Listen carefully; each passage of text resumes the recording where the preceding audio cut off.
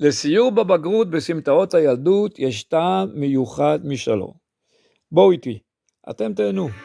בנוף הבתים הישנים אשר היו צילי בימי ילדות, חלפו הרבה שנים,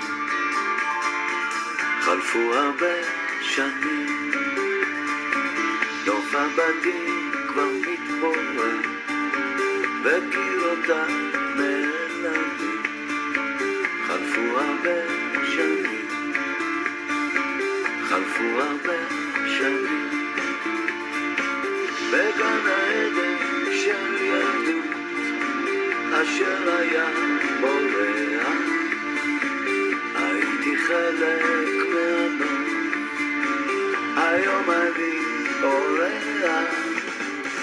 בגן העדן של ילדות אשר היה בורח, הייתי חלק מהנוף, היום אני אורח.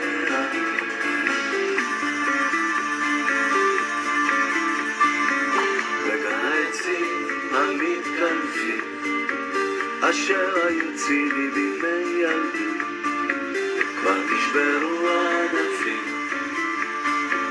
קפצה זקנה פתאום, אני הולך ועתיד. בספר סטנטון סיטי, שיצא לאור בימים אלו ממש, תחשפו לסיפורים מיוחדים ומרגשים. הלוחש לדגים שעל שובר הגלים, ששני הזעתותים שבתמונה היו בטוחים שהוא מכשף, חצי האיש מחוב העצמאות שבקלות יכול היה למכור לך גם חצי שעון, הספר האגדי מהדר שבין היתר תפקד כתומך רגשי, יועד זוגי או כקודל מערבי, תלוי בסיטואציה, השועל ממדרגות הנביאים שידע את הסוד לחיים ארוכים ובריאים, סיפור אהבה המרגש והמיוחד ועוד ועוד ועוד, אבל לעצור פה כדי לא לקלקל לכם את הסיפור.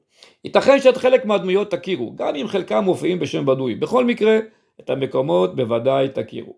סטנטון סיטי הוא ספר חוויה, ואין לי ספק שזו חוויה מיוחדת שתשאיר בכם רושם, ואני יודע שתהנו.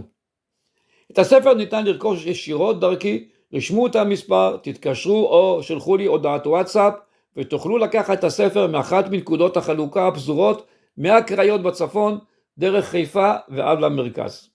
דברו איתי.